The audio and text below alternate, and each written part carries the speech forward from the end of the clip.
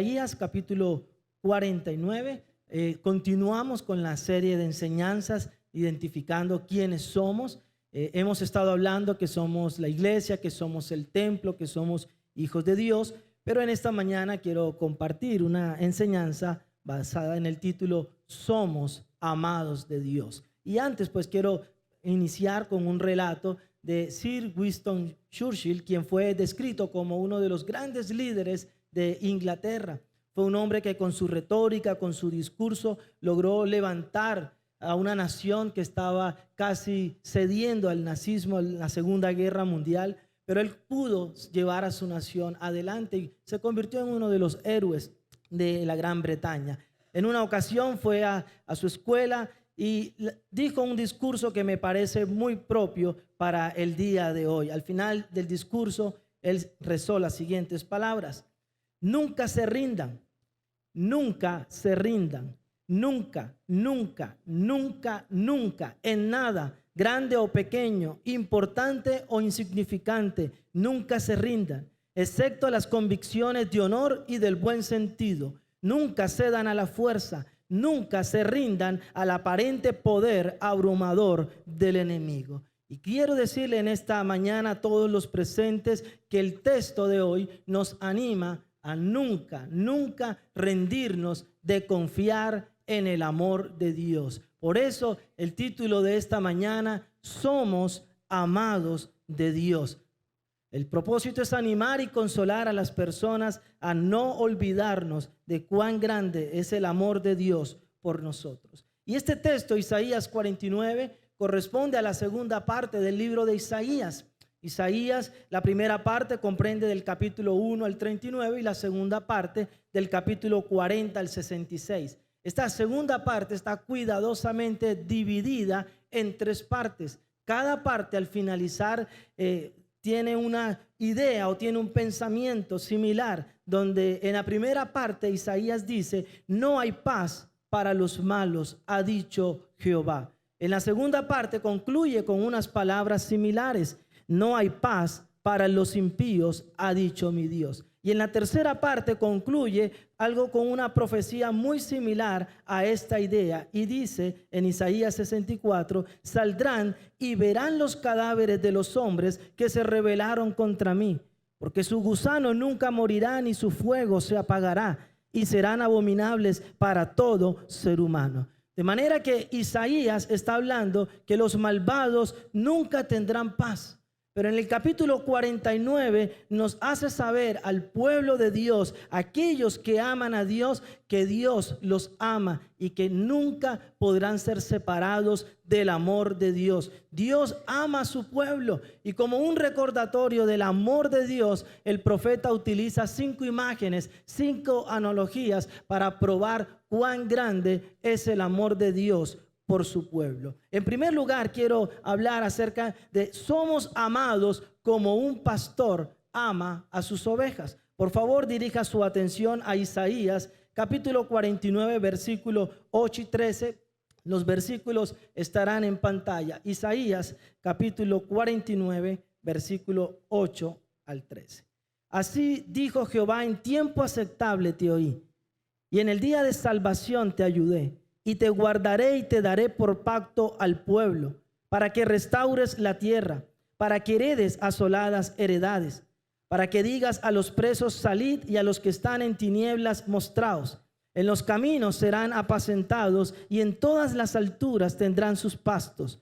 No tendrán hambre ni sed, ni el calor ni el sol los afligirá. Porque el que tiene de ellos misericordia los guiará y los conducirá a manantiales de agua. Y convertiré en camino todos mis montes, y mis calzadas serán levantadas. He aquí, estos vendrán de lejos, y aquí estos del norte y del occidente, y estos de la tierra de Sitín. El profeta Isaías escribió 800 años antes de Cristo. Y escribió 100 años antes del cautiverio del pueblo de Israel a Babilonia. Él profetizó 100 años antes que la nación iba a ser llevada al exilio. Y la razón era la causa de los pastores, de los reyes, A los reyes se los consideraban como gobernantes, como pastores de la comunidad. Y él está denunciando a los malos líderes, a los malos gobernantes, porque era por causa de la avaricia, por causa de la corrupción, de la tiranía, que Dios iba a llevar cautivo al pueblo. Y el pueblo estaba desanimado y desalentado y se preguntaba, ¿cómo es posible que Dios, quien ama a su pueblo, permita llevarlo a la tiranía de Babilonia? ¿Cómo es posible que Dios permitiera que su amado pueblo fuera llevado al cautiverio, a tierras lejanas? Pero Dios, prediciendo el juicio, Él se muestra a sí mismo como el verdadero pastor. Ante la crisis de líderes, ante la crisis de gobernantes,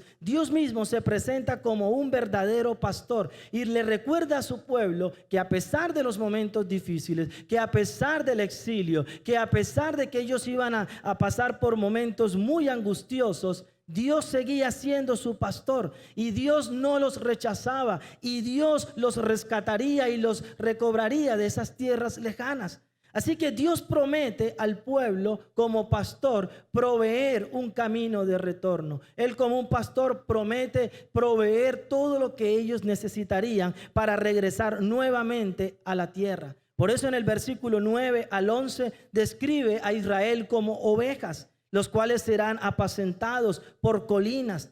No tendrán hambre, no tendrán sed. Dice que el sol ya no los alcanzaría, pues el Señor en sus misericordia los guiaría junto a aguas de reposo. Entonces lo que está diciendo aquí era que Dios iba a levantar un siervo conocido como Ciro el persa, el cual liberaría al pueblo 70 años después y ellos regresarían a su tierra.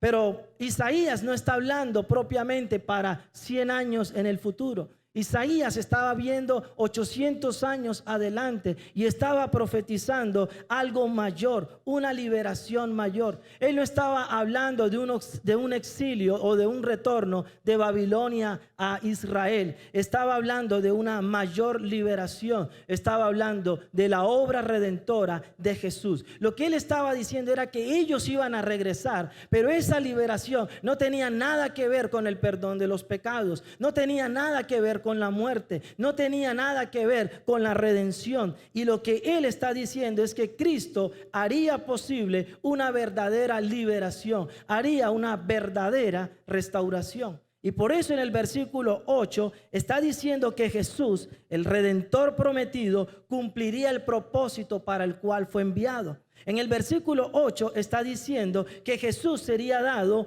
o su siervo sería dado por pacto al pueblo para restaurar la tierra. Lo que está diciéndonos aquí es que Dios enviaría a su siervo y su siervo haría un pacto con su pueblo y ellos se reconciliarían. A pesar de que el pueblo estaba experimentando el abandono de Dios, a pesar de que el pueblo sentía que Dios los había dejado, Dios les está garantizando que iba a haber un pacto de reconciliación entre su pueblo y Dios, y que ese pastor sería Jesucristo mismo. Así que lo que está apuntando a esto es a un futuro mayor. Está apuntando incluso más allá de lo que nosotros estamos viviendo en estos momentos. Lo que Dios nos está diciendo es que Dios ama tanto a su pueblo que Jesús, el buen pastor, va a guiar y va a proveer todos los recursos para que nosotros podamos ir hacia nuestra patria celestial. Lo que Jesús está enseñándonos en este pasaje es que nosotros estamos exiliados, pero nosotros en un día vamos a regresar a ese hogar celestial, a ese hogar llamado cielo, a ese hogar llamado la Nueva Jerusalén. Y es Jesús, nuestro divino pastor, el que nos va a proveer todo en el camino de esta vida. Nosotros somos extranjeros que nos dirigimos hacia una nación celestial.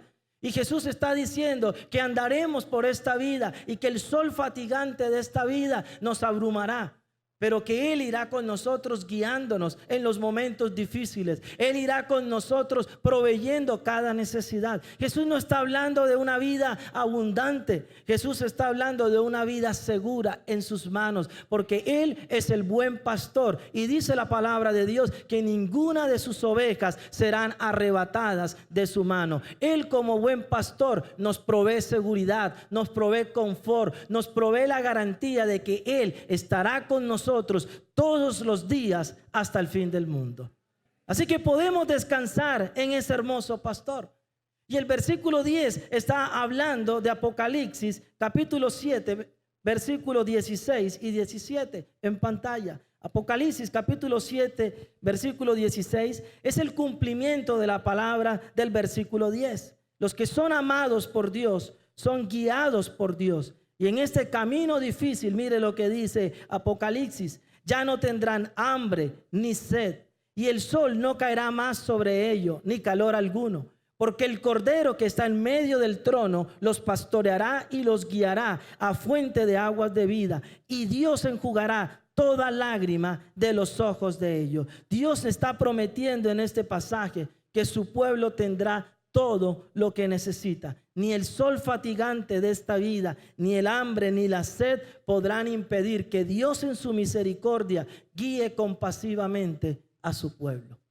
Porque esto es importante hoy en día. En estos días en que Latinoamérica y Colombia están bastante convulsionadas, donde más de 150 líderes han fallecido, donde hay un gobierno que está fallando en cumplirle al pueblo, donde las estadísticas están diciendo que el pueblo colombiano cada vez se siente más solo, se siente cada vez más desconfiado.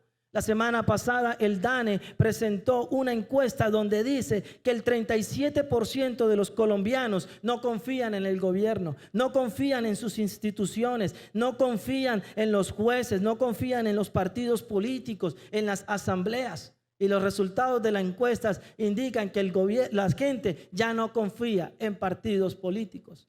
Entonces, ante una carencia de líderes, ¿a quién miramos? A nuestro gran pastor.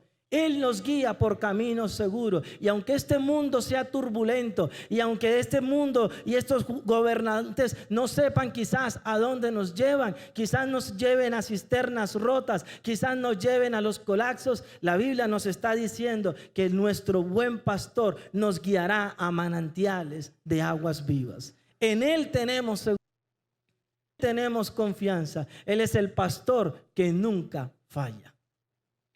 Pero también nos está diciendo la encuesta del DANE que cada vez los colombianos se sienten más solos. El 37%, casi 4 personas de 10 se sienten solas, se sienten abandonadas. Hoy el 5% de los colombianos no cuentan con alguien a quien acudir. Menos del 20% tienen a 2 amigos y cerca del 40% con mayor fortuna tienen 3 personas. Y lo que están diciendo las estadísticas es que los colombianos cada vez nos sentimos más solos. ¿Y cuál sería la respuesta? Jesús, el buen pastor, es la respuesta a la soledad. Jesús es el buen pastor que ama a su pueblo. Y aquellos que somos amados por Él, tendremos confianza, tendremos seguridad, porque Él nos dice que nos pastoreará con misericordia y con compasión. Él es un pastor compasivo. Mire lo que dice Isaías 40:11, hablando de aquellas ovejas que son vulnerables y necesitadas. Alimentará a su rebaño como un pastor, llevará en sus brazos los corderos y los mantendrá cerca de su corazón. Guiará con delicadeza a las ovejas con crías. Lo que nos está diciendo es que nuestro buen pastor toma aquellos heridos, aquellos que han sido abandonados, aquellos que han sido rechazados y tiene misericordia de ellos, los conduce y los guía a manantiales de agua. Pero la profecía de Isaías de Apocalipsis, capítulo 7, versículo 17, es mucho más hermosa, porque concluye diciendo: y Dios enjugará toda lágrima de los ojos de ellos. Las lágrimas de esas personas no solamente serán limpiadas o secadas, sino que será quitada toda lágrima de los ojos, lo cual significa que el Señor tiene el poder para sanar el corazón herido, aquel corazón maltratado, aquel corazón que tiene dolor. Puede experimentar un perfecto gozo, una perfecta felicidad, una gloria, un compañerismo, una comunión inigualable con el buen pastor. Él puede sanar tu corazón sin importar cuán quebrantado y cuán roto está, porque Él nos ama. Somos amados por el buen pastor. ¿Cuántos lo creen? Amén. Somos amados por Él. Pero no solamente nos está diciendo que somos amados como un pastor ama a sus ovejas, sino que en segundo lugar, versículo 3, somos amados como una madre ama a sus hijos. Mire el versículo 3, 14 y 15. Isaías 49, versículo 14 y 15. Pero Sión dijo, me dejó Jehová, y el Señor se olvidó de mí. ¿Se olvidará la mujer de lo que dio a luz para dejar de compadecerse del hijo de su vientre? Aunque olvide ella, yo nunca me olvidaré. Este capítulo es un discurso, un diálogo entre Dios y su pueblo. Su pueblo objeta que Dios no le ama y Dios le responde. Él objeta que Dios no le ama y vuelve y Dios le responde a través de las diferentes figuras. El pueblo se siente abandonado y Dios le dice, yo te amo como un pastor. Y ahora ellos se sienten abandonados y Dios vuelve y le responde. Dios está diciendo que ama a su pueblo. El versículo 13 dice que eso es motivo para cantar, para alegrarnos, para prorrumpir en alabanzas. Pero su pueblo se siente abandonado. Su pueblo piensa que Dios no lo ama y que Dios lo ha dejado a su merced. Pero Dios le responde con una figura bastante hermosa. Ellos dicen, Dios no nos ama porque nos ha dejado en Babilonia. Pero Dios les dice, ¿cómo yo no les voy a amar? Yo les amo más de lo que una madre puede amar a sus hijos. Ellos se sienten solos en Babilonia, han sido echados de su tierra, han perdido sus tierras, sus posesiones. Están abandonados en un país extranjero sin entender el idioma. Y ellos dicen, me dejó Jehová, el Señor se olvidó de mí. Pero Dios responde compasivamente y le dice, ¿cómo me voy a olvidar? La madre puede olvidarse de sus hijos, pero yo no me voy a olvidar de ustedes. Dios está mostrando aquí, como pocas veces en la Biblia se ve, una actitud materna hacia su pueblo. Dios, para contrarrestar esa sensación de abandono, de rechazo del pueblo, Dios le dice, yo soy como una madre. En el Antiguo Testamento pocas veces se utiliza a Dios como una madre. Y muchas personas usan esto como el machismo o el patriarcado. En realidad no tiene nada que ver con machismo ni con patriarcado. Tenemos que entender que en su contexto habían muchas religiones donde ellos adoraban a diosas. Y esas diosas eran consideradas como madre. De manera que a los judíos tenían muchos recelos de comparar a Dios como una madre para no asociarla con los cultos paganos de la fertilidad y del sexo. No tiene nada que ver con patriarcado. Simplemente lo que Dios está diciendo aquí es que Él puede amar y puede compadecerse como una madre. Él está diciendo que su pueblo es como un niño pequeño que se siente inseguro, hambriento, pero que en los brazos de Dios puede hallar consuelo. La Biblia enfatiza la paternidad de Dios, pero aquí también está resaltando la maternidad de Dios. Como una madre no puede olvidar a sus hijos, Dios no puede olvidar a su pueblo. Somos amados como una madre ama a sus hijos. Dios así nos ama. Él es un ser compasivo. Él es un ser amoroso y tierno. Él te ama.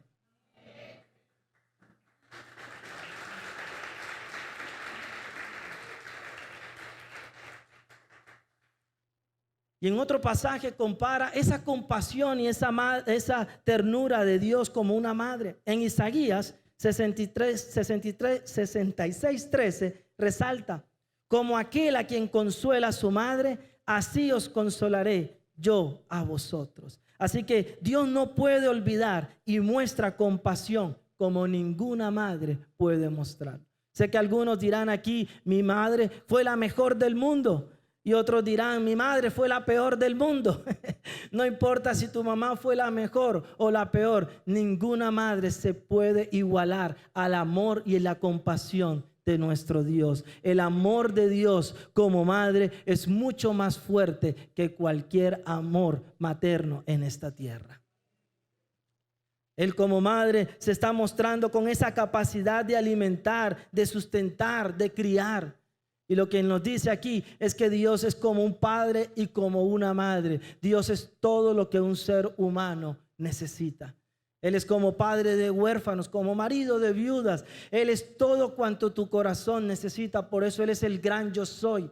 porque Él es capaz de suplir cada necesidad física o emocional de un ser humano. Por eso Agustín dijo que el hombre tiene un vacío del tamaño de Dios, un vacío que solo Dios en su carácter, en su amor y en su afecto puede llenar. Así que le damos gracias a Dios porque nos está hablando de una relación estrecha, sin igual. Él es una madre. En una noche, durante una fuerte tormenta eléctrica, una madre estaba acostando a su pequeño mami, a punto de apagar la luz, cuando el niño pidió con una voz temblorosa: mami, ¿podrás dormir conmigo esta noche? La mamá sonrió y le dio un fuerte y caluroso abrazo y le dijo: no puedo, cariño, dijo ella, tengo que dormir con tu papá. Y el niño con esa voz temblorosa dijo: tremendo miedoso.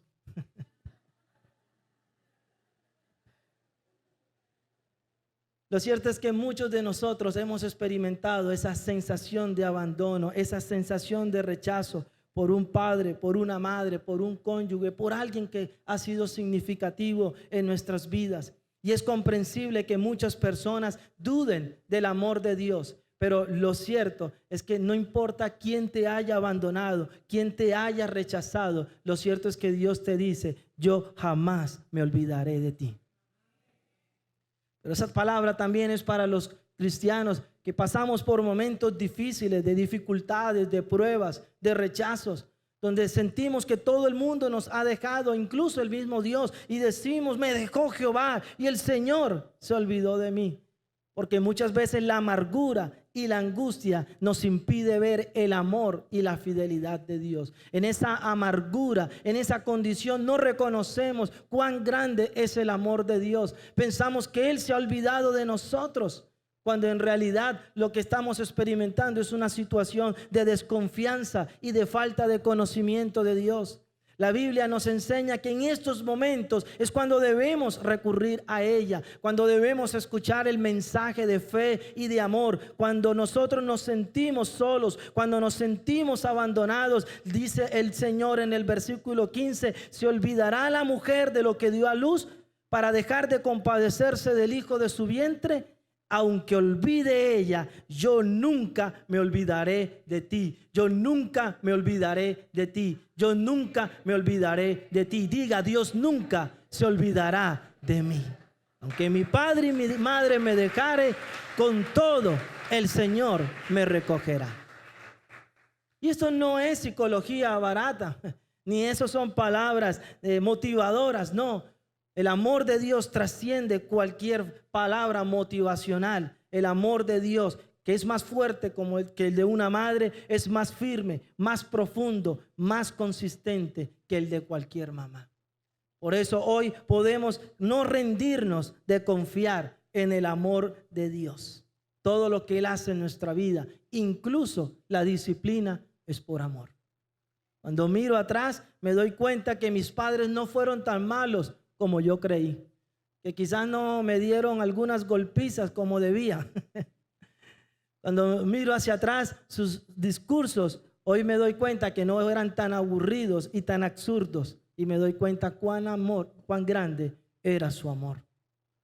Así que hoy puedo estar plenamente seguro que soy amado por Dios, que Dios me ama más de lo que un pastor puede amar a sus ovejas, que Dios me ama más de lo que una madre puede amar a sus hijos.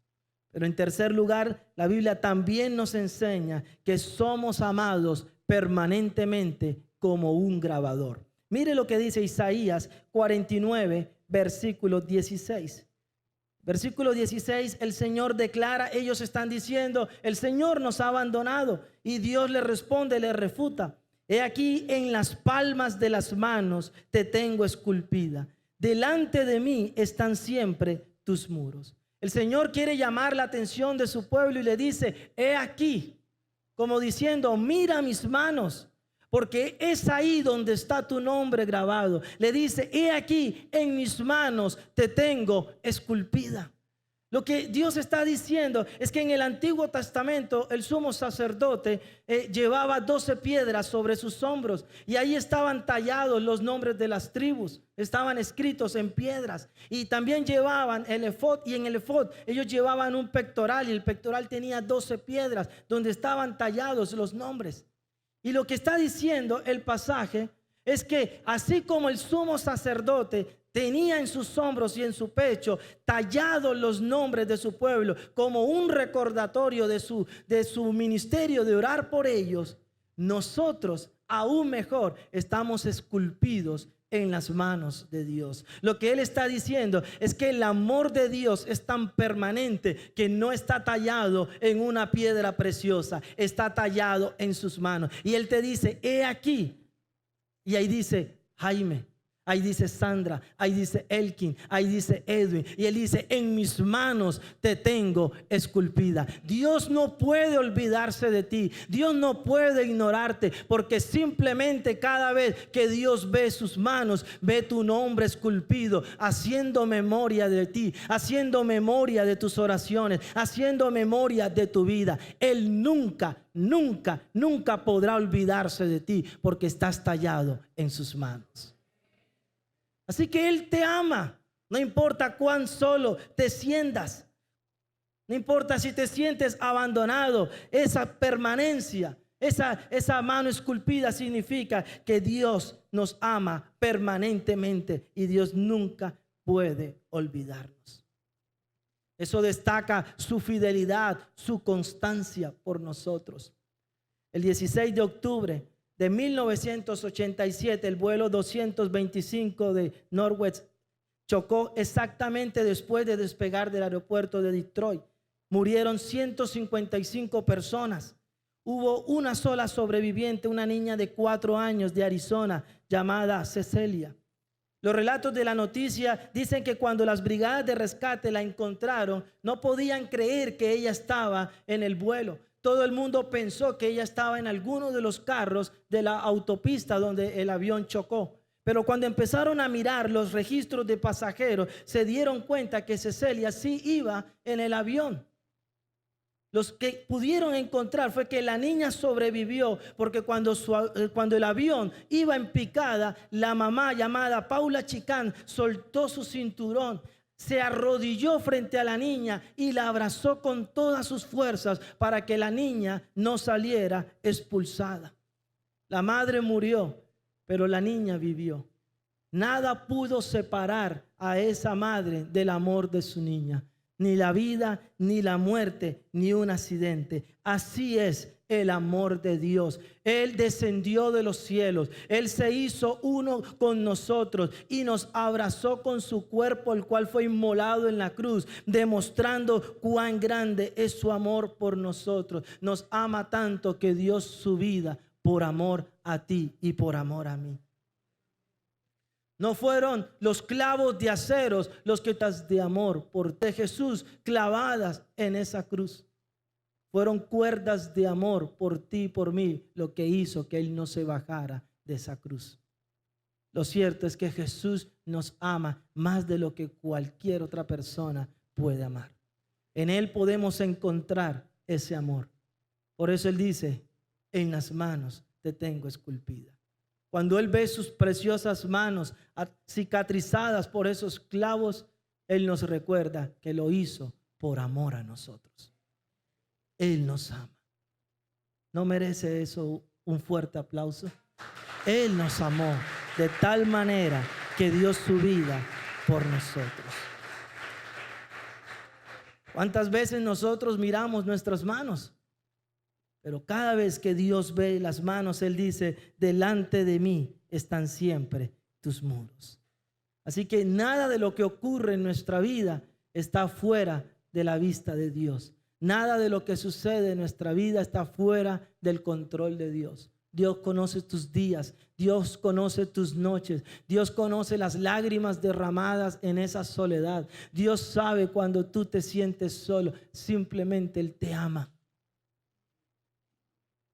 Y Él te ama como nadie en el mundo te ha amado. ¿Cómo podría olvidarme si te tengo esculpida en mis manos?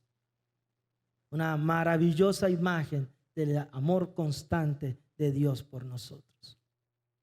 Así que la Biblia nos está diciendo que Dios nos ama más que un pastor ama a sus ovejas. Nos está diciendo que Dios nos ama más de lo que una madre ama a sus niños. Nos está diciendo que somos amados permanentemente, que nos tiene tallado en sus manos. En cuarto lugar, nos dice que somos amados por el guerrero valiente. Mire lo que dice Isaías capítulo 49, versículo 25 y 26. ¿Será quitado el botín al valiente? ¿Será rescatado el cautivo de un tirano? Pero así dice Jehová: ciertamente el cautivo será rescatado del valiente, y el botín será arrebatado del tirano. Y tu pleito yo lo defenderé, y yo salvaré a tus hijos, y a los que te despojaron haré comer sus propias carnes, y con su sangre serán embriagados como con vino. Y conocerá todo hombre que yo Jehová soy salvador tuyo y redentor tuyo, el fuerte de Jacob. Dios ama a su pueblo, pero el pueblo tenía que ir al cautiverio, tenía que ir a Babilonia. Dios ya les había advertido que si el pueblo no se arrepentía, serían llevados al exilio. Fue dicho incluso desde el mismo Deuteronomio que si el pueblo no obedecía, Dios los expulsaría de la tierra. Y ahora ellos dicen: bueno, tú nos dices que nos amas, pero estamos cautivos. El rey de Babilonia, el imperio más fuerte de su tiempo, lleno de corrupción, de poder, eran los hombres más sanguinarios. Destruían todo lo que donde llegaban, derribaban templos, quemaban ciudades, dejaban las tierras en completa desolación y cogían a todos los habitantes y se los llevaban a otra tierra. Y Dios les está diciendo a ellos que a pesar de que eso les iba a suceder, y que ciertamente sucedió, como dice la historia y el relato bíblico, Dios los seguía amando. Y ellos dicen: pero entonces, ¿quién podrá librarnos de un rey tan fuerte y tan poderoso? Legalmente ellos eran prisioneros de guerra. La única forma de ser liberados era que llegara otro imperio más fuerte y los dominara. Y si ese imperio quería, los liberaba. Si no, ellos seguían estando cautivos. Pero Dios está diciendo ahora que no importa cuán poderoso, cuán fuerte sea ese rey, Dios es poderoso para liberar a su pueblo. Está diciendo en el versículo 26, a manera de promesa: ciertamente el cautivo será rescatado del valiente. Dios está diciendo: a los cautivos yo los libertaré. Y está diciendo: y de la mano del tirano yo los rescataré. ¿Por qué? Porque Él es el Todopoderoso. Y dice el versículo 25: tu pleito, dice el Señor, yo lo defenderé y yo salvaré a tus hijos. Y añade: y les haré comer sus propias carnes. Y la Biblia nos registra y la historia nos registra que finalmente los orgullosos de Babilonia fueron destruidos. También no tuvieron compasión de ellos, al punto que Babilonia no volvió a levantarse como lo dicta la profecía más adelante. Y hoy ciertamente Babilonia nunca volvió a resurgir. ¿Por qué? Porque dice la Biblia: yo Jehová soy salvador tuyo, redentor tuyo, el fuerte de Jacob. Lo que Dios está diciendo aquí es que Él es el Todopoderoso, y que así como Dios liberó al pueblo de Egipto, lo libraría de Babilonia. Y que así como destruyó a los egipcios, destruiría a los babilónicos, y su pueblo viviría en paz. Y por eso en el Salmo capítulo 24, versículo 8, después de todos estos sucesos, el salmista dice: ¿quién es este Rey de gloria? Y el Señor responde: el Señor fuerte y poderoso, el Señor invencible en batalla. Y vuelve y pregunta: ¿quién es este Rey de gloria? El Señor de los ejércitos celestiales. Él es el Rey de gloria. Y hoy preguntamos: ¿quién es ese Rey de gloria? Jesucristo, quien despojó a los principados, a las potestades, y los exhibió públicamente, triunfando sobre ellos en la cruz. Ese es el Rey de gloria, que te ama y que tiene el poder para salvar, que tiene el poder para liberar. Algunos se preguntan: ¿quién nos librará de los babilonios? Y hoy se preguntan, ¿quién me liberará de la adicción a las drogas? ¿Quién me liberará de este sentimiento, de esta idea suicida, de esta depresión? ¿Quién me liberará de la pornografía? ¿Quién me liberará del alcoholismo? Bueno, te respondemos, el Rey de Gloria, Jesucristo, puede librarte de cualquier cosa que te cautive. Él es el Todopoderoso. Él puede hacer lo que nadie más puede hacer. Él puede liberar a aquel que no puede ser libre con tratamientos psicológicos, psiquiátricos. Él tiene el poder para sanarte, y si no te sana, tiene el poder y la gracia para que puedas enfrentar el dolor de una enfermedad. Pero Él puede traer paz a los corazones, paz que sobrepasa todo entendimiento, esa paz que guarda nuestras mentes, esa paz que guarda nuestros corazones. ¿Por qué? Porque Él dice, soy tu Salvador, tu Redentor, el fuerte. Él nos está diciendo aquí, ¿por qué resalta tanto su nombre? Porque lo que Él está diciendo aquí, con la acumulación de estos nombres, es que las promesas de su nombre dependen de nosotros, dependen de su mano poderosa. Él dice su nombre recordándonos que Él es poderoso para hacer todas las cosas mucho más abundantemente de lo que pedimos o de lo que podemos entender. Él nos está diciendo aquí que es el Salvador, el Redentor, el fuerte, porque Él tiene el poder para cumplir el propósito en tu vida. Por eso hoy podemos confiar en el amor de Dios. Hoy, cuando vemos el pecado, cuando vemos la adicción, cuando vemos la enfermedad, cuando vemos cualquiera que sea la situación, podemos estar plenamente seguros que Dios nos ama y que Él se levanta por su pueblo y pelea como poderoso gigante. Como dice más adelante Jeremías, Él se levantará, gritará y voceará por nosotros. No voceará, voceará, gritará por nosotros. Él es el Rey invencible en batalla. Y cualquiera que sean tus luchas, tus batallas, Él las puede vencer. Él, como el poderoso guerrero, es el que lucha contigo.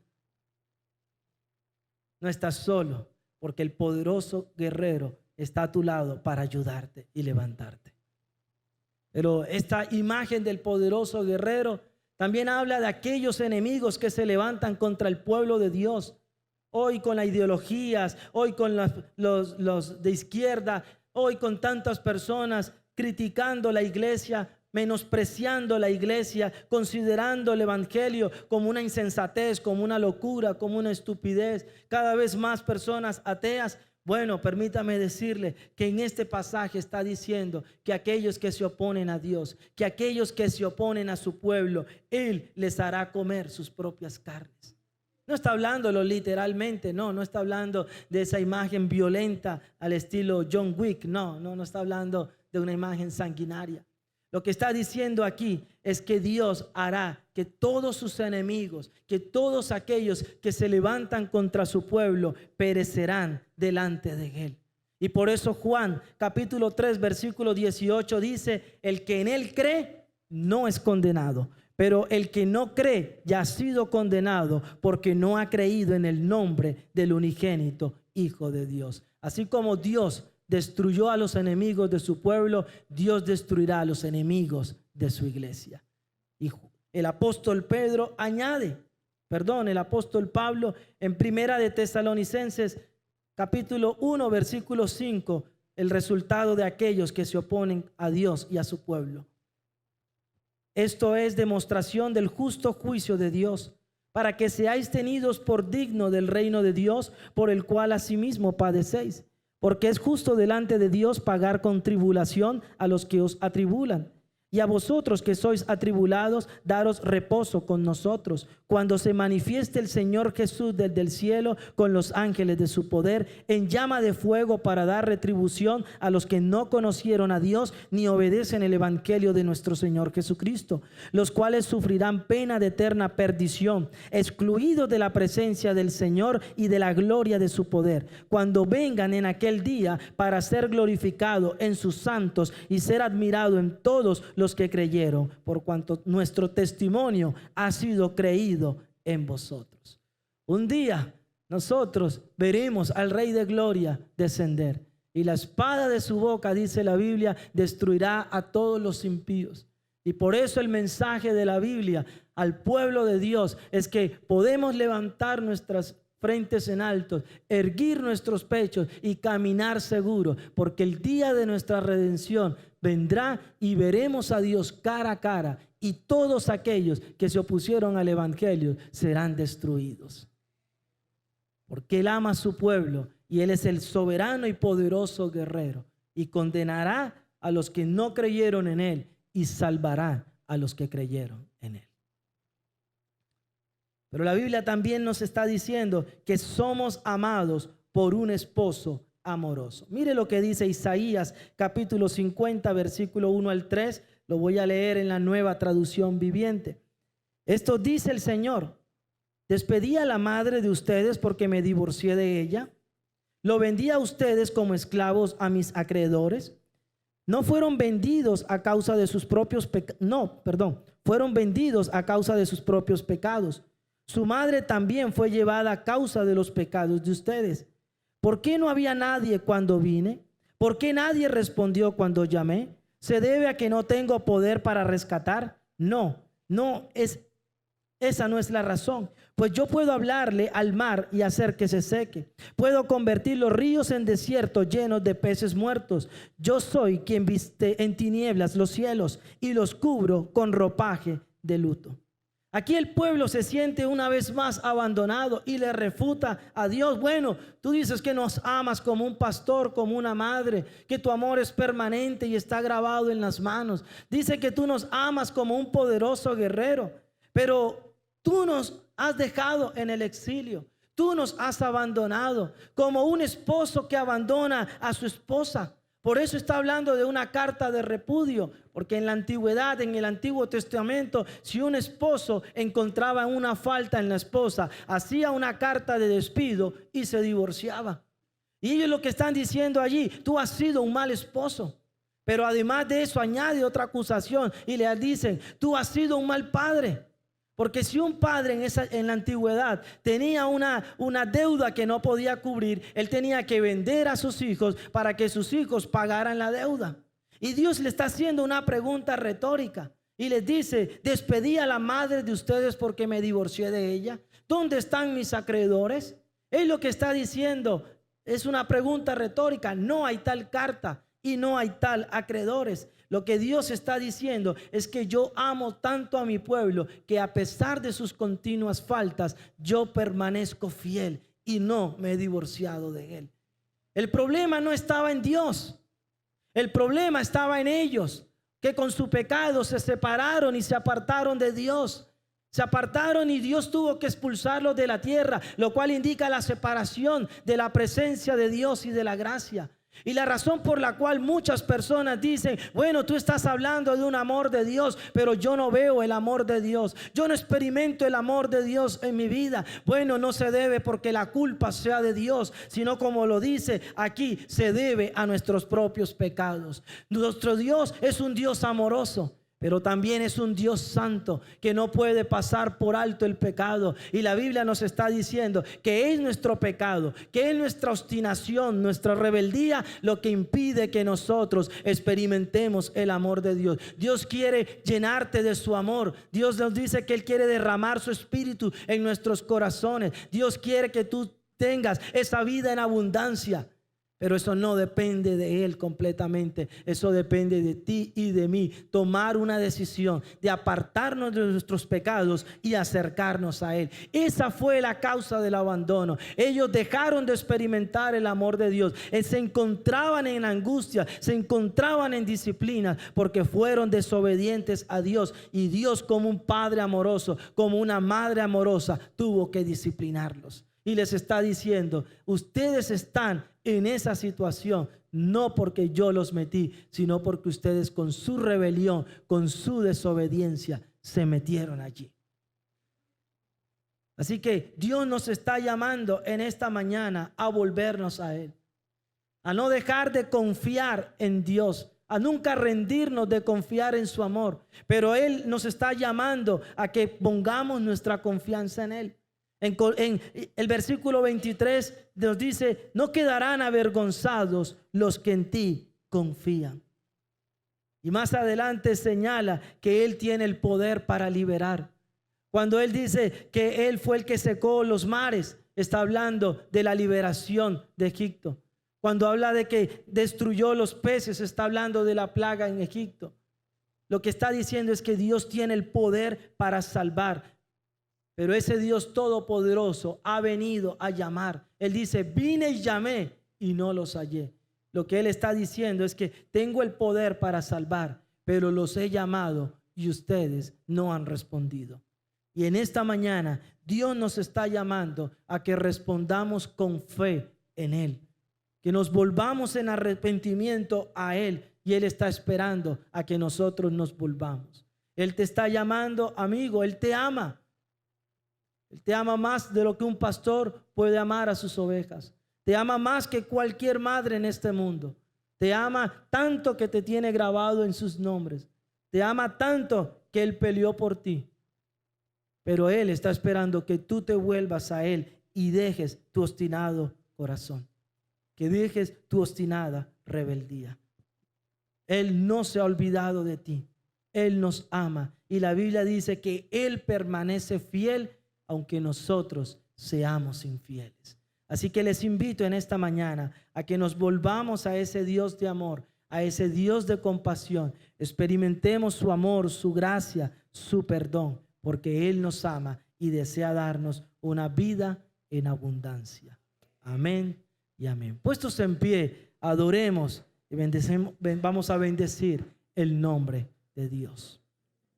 Así que les invito a que levantemos nuestras manos y nos volvamos a ese Dios de amor, a ese Dios de consuelo, a esas personas que han experimentado la soledad, el abandono, aquellos que han sido dejados por una persona significativa, o aquellos que han pensado que Dios les ha abandonado, aquellas personas que han dudado del amor y la soberanía de Dios.